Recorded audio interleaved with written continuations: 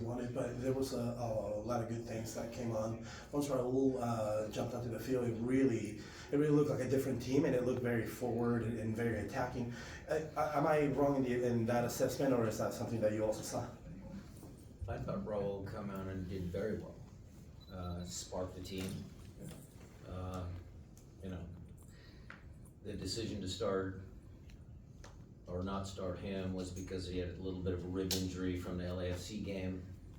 But certainly if he can play through the pain and play as effectively as he did, you know, we could use him. 20 some shots to 2, but the quality of the shots didn't necessarily seem particularly high. What do you make of that, and how do you go about addressing getting into better, more dangerous positions? Yeah, a lot of the shots were from outside, you know, balls coming out. They had packed defenders off set pieces, you know, rebounds coming out. Jeremiah, I'll have to look at the tape to do a little bit deeper dive into it. You know, sometimes, you know, knew who had a good game, but some of those crosses from deep in that corner are not very good. It's what's been plaguing us since last year. And I thought there were some good moments, you know, but it's just, we're close, but we're not close enough. We'll keep after it. Leo Chu had a good game, and look, by the way, he's got cramps. There's nothing major there with Chu. If he can be that effective, you know, if Raúl can find some form, you know, I think we'll start scoring goals. Jess? What did you make of your midfield three tonight of Josh, Obed, and Pedro? It was good. I mean, they're 3 young, talented players. You know, I think Obed, a little bit stronger game. He's a little more physical. Josh obviously ran a ton. It's one of his strengths, and you know, Pedro, you see the quality that he has. Miles, we'll go to you next. Yeah, Brian, just sticking with inside the box play. I know you haven't gone into a deeper dive on it, but are you seeing the runs you need to see going inside the box to move defenders? And is there interlinked play from the back, the mid block to the front block that you need to see? Yeah, I mean, look, I'll start with some set pieces. So one set piece that, you know, Andy works on out to Alex Jackson, that inside the box header over a smaller opponent, maybe he got to put that away. I thought you saw, you know, on the left-hand side, the ball came across, we had numbers in the box, Alex rolled in once or twice, had the ball on his right foot. So, you know, I think there is some positives to take out of it, but guys have to make plays. You know, do they shoot? Do they take a touch? Do they take a touch to move a defender, and then when he tries to block it, cut it back in between his legs, and some of those little subtle things that they need inside the penalty box? That's just what we're lacking. Nico? Coach, 2 quick ones. One is Pedro Vega's, he all right, seemed to be pulled off because of an injury. And then number 2, what were your thoughts on him playing more centrally rather than what we saw briefly in his first debut? Yeah, I thought it was okay. The injury or the severity of the tweak or whatever they want to call it now, we'll get an MRI and I'll give you more information on that on Tuesday. I don't think it's a bad one. It's not the one that he was coming back from. It's the other one, so we'll have to take a look at that. But his play, I think the kid can play over here in the middle and on the left. I think he just needs to get used to the league, the physicality. I think he needs to get used to his teammates a little more. Remember, it's not much time on the field in actual games. Certainly there's training, but he's got to get a couple games under his belt before I think we really assess him. I think that's fair to him. What pressing setup you had in the first half, it seemed like you guys rushed them a lot, and then once Pedro and Leo came off? Once Pedro and Leo came off, what? It seemed like it was maybe a little bit slower with Musovski and Raúl. Well, again, that was late in the game, and I don't think you could judge Musovski and Raúl for their lack of pressure there. I think the whole team was pressing in those moments late in the game. Early on, if you want to talk about the beginning part of the game, we're at home. We wanted to set the tempo, we wanted to press higher up the field, that's always what we try and do. Was it effective at times? Yeah. But again, when we win possession of the ball, in those moments when their opponent is spread out and they're trying to possess the ball, did we do enough in those transition moments? You know, that's where we gotta get back to being more clinical.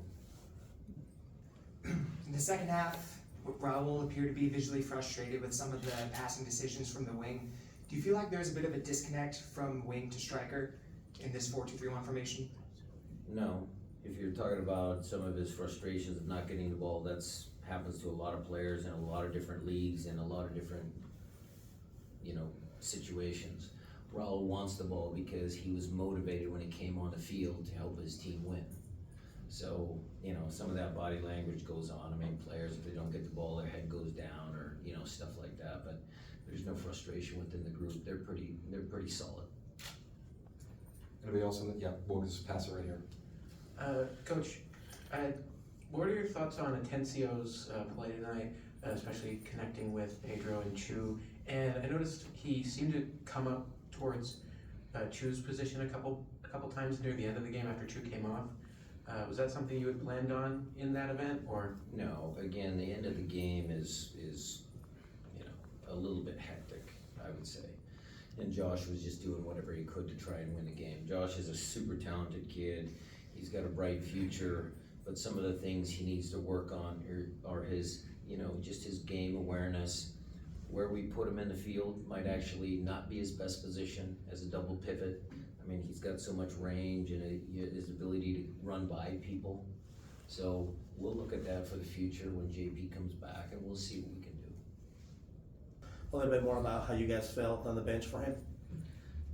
Well, he didn't have much to do, but the things that he did do were good.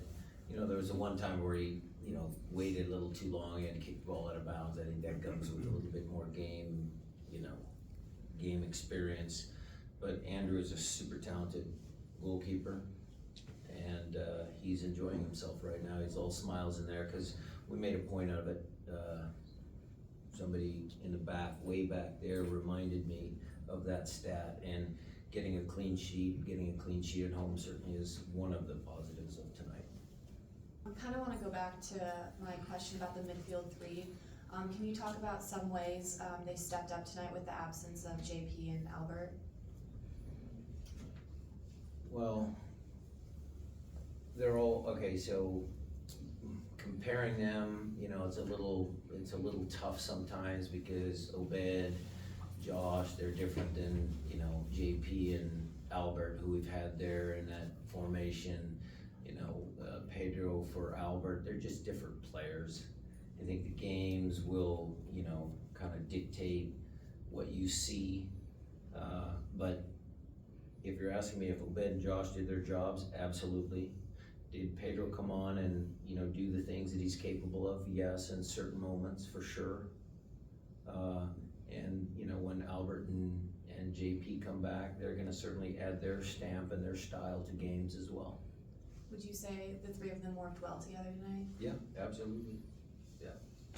More of a balanced question. It looked like, and I might have it weird, but it looked like in the first half, you were right-sided, and then the second half, starting the second half, you switched, I got it backwards, you went left, and then because you came to the side of Alex and Christian to start the second half. Was that intentional, or just more of a? I think that's just ebbs and flows. Again, I thought Chu had a good game tonight. Thought he was effective on the left. Maybe we didn't find him early enough in the first half, but a couple of Alex's chances in front of goal came from the left side over here. So I think it was fairly balanced. Again, Maz, I'll look at the tape and see if there was any trends there, but I thought the team was fairly balanced. Yeah, I guess not for you that you can go. Yeah, we're talking about way too many positives here, though. We need to score. Fair enough. Coach, just wanted to get your take about what you've seen from Jordan up as a striker in the game one and now in this one. In terms of getting on the ball, he tends to gravitate outside a little bit, but just your take on what he's done positionally there. Well, he puts teams under pressure. Such a good athlete, fast guy. I thought his defensive work was great, but again, all of those things are kind of, being overshadowed now by his not being on the score sheet. So we'll continue to work with him, he's still gonna be effective.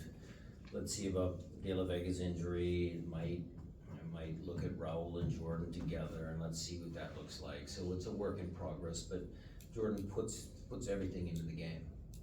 You can tell he does all the work. All right, we'll take a couple more to close it out. Recognition of Ozzy. I don't know, did you have any interaction with him today, and does it amp up the disappointment that you weren't able to deliver a win in this kind of situation? Yeah, look, Ozzy would have loved to have been in the stadium for a win. We would have loved to do it for him. We would have loved to do it for ourselves and for the players that are working hard and training every day and put a lot of effort in the game tonight. I think Ozzy's story is a great one. His individual path to his career, his ability to help us, jumpstart the MLS version of the Sounders. I mean, it's a great story, and he's a tremendous man. Pedro de la Vega was hired while we knew he had an injury, and there is what did we knew about that injury, and what we know about the injury that he had today? Well, his injury history, yes, he took an injury when he was still with the Argentinian Olympic team. He took an injury. He came to us, had another small injury, and so we're working to correct that. He's gonna be doing, more of the same treatment to get him back up. We'll try and make sure that he strengthens his hamstrings so this doesn't happen again. We don't wanna have this a recurring problem. So the medical staff, I have full confidence that they will be able to identify and fix the issues. And it's just unfortunate that, sometimes in sport injuries happen.